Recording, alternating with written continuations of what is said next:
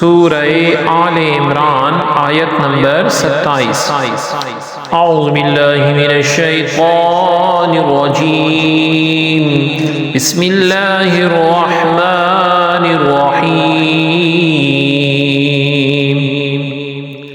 تولج اللیل فی النہار وتولج النہار فی اللیل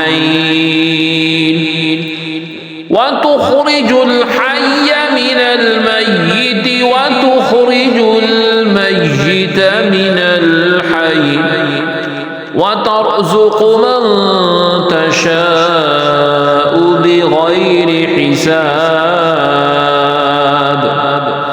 لفظی ترجمہ ہے تولجو تو داخل کرتا ہے اللیلہ رات کو، فی میں النہاری دن، وا اور تولجو تو داخل کرتا ہے النہارا دن کو، فی میں اللیلی رات، وا اور تخرجو تو نکالتا ہے الحیہ زندہ کو، من سے المیتی مردہ، وا اور تخرجو تو نکالتا ہے المیتہ مردہ کو، من سے الحی زندہ، وا اور ترزقو تو روزی دیتا ہے من جسے تشاء تو چاہے، بغیر بے حساب حساب۔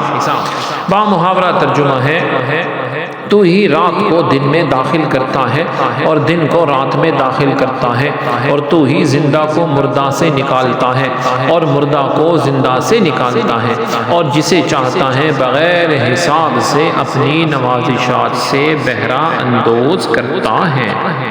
آیت کی تفسیر میں فرمایا گیا اور رب ذوالجلال کی خوبصورت صفات اور شان کاملہ کو بیان فرمایا گیا۔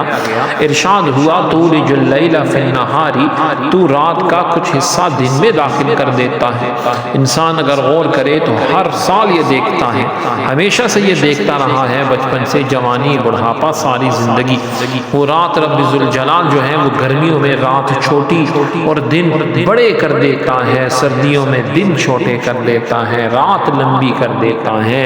یہ اللہ رب العزت کے نظام کی زبردست دلیل ہے، جس کے قبضے قدرت میں اتنا بڑا نظام ہے، اس کے لیے فارس اور روم سے ملک جو ہے وہ اللہ اور اس کے رسول کے غلاموں کو عطا کر دینا کچھ بعید نہیں۔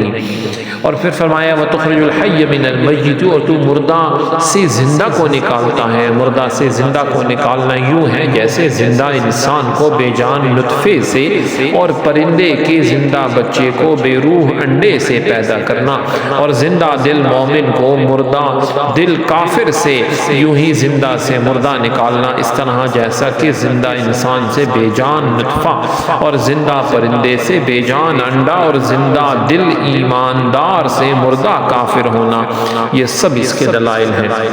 اللہ رب العزت ہم سب کو دنیا اور آخرت دونوں کی شاندار کامیابیاں نصیب فرمائے۔